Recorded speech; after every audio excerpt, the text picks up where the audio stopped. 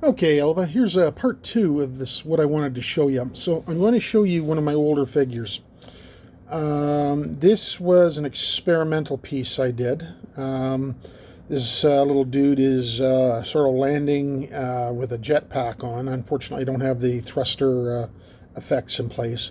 But if I want you to take a look at the base. Okay, you can see here, this is a texture paint. And that is a barrel. Okay, and I've added a rust effect to make it look like it's been sitting there floating in the goo, partially submerged for ever and ever and ever, and he's sort of stepping on it with a dent, and he's about to run off of it. And you can see that I've got a little bit of glossy substance there to show that it's a little wetter in that particular spot than, say, over here. Okay, sorry, I'm just getting used to using the camera here. So that is one of the options. Now, what I've done with this to achieve that is sometimes the Warhammer 40K figures come with scenery pieces. And all that is a barrel, a 45-gallon drum, fuel drum, cut on an angle in half and glued on top with some texture. Paint put on it. Now, this is the texture paint I actually used. It's made by a company named AK, and they do various diorama terrain, and it's acrylic, but it comes with, it's a different type of stuff like muddy ground. It's literally, they put sand in it, and as you can see, we're talking about, where the hell did my spatula go? Thank you. We got some goo here. You can see that it's actually pretty thick. Okay, and it's the consistency of wet, gravelly earth. And when it dries, it's practically bulletproof.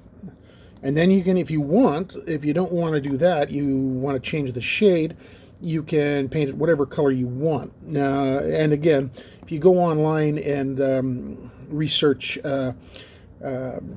diorama or AK International, sorry, AK Interactive, and diorama paint, you will actually come up with a significant inventory of different product. Like here's one. This is what I use when I'm doing concrete, and I showed you earlier the wall. Where did I put it? Here we go. I did a simulated concrete wall complete with the pouring lines. As you can see, that's pretty bloody hard. And it hardens pretty well, but not so hard that I can't cut my way through the foam, styrofoam underneath.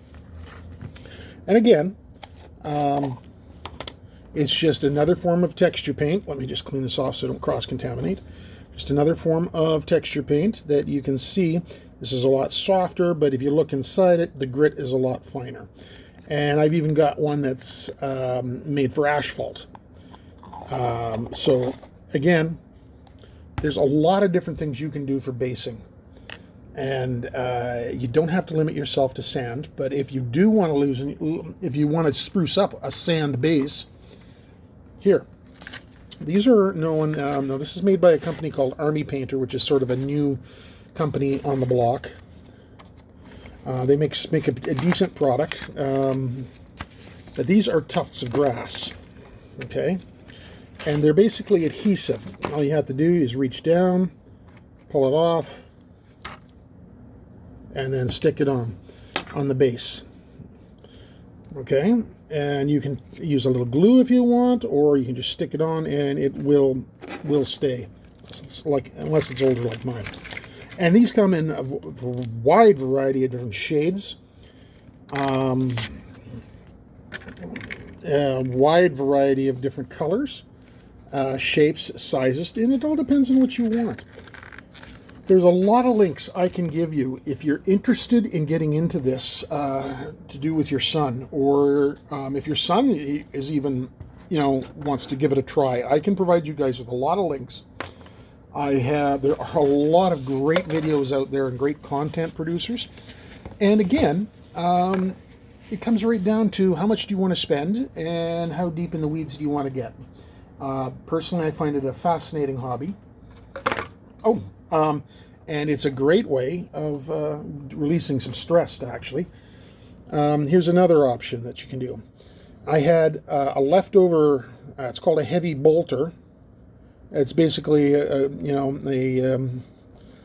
1-inch caliber heavy machine gun that fires explosive rocket-propelled rounds.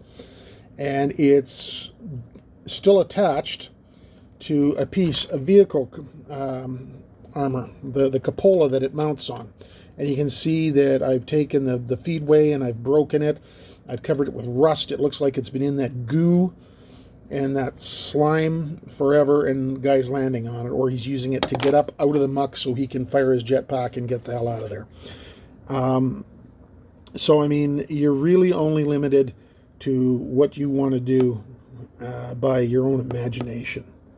So I'm going to go put these guys back in the cabinet, and I've got a whole cabinet full of stuff I've experimented with. So if you ever want to see it, let me know, and I can bring stuff up out of the cabinet of shame, as I like to call it, and show you. Anyways, that's all for now. I hope that helped.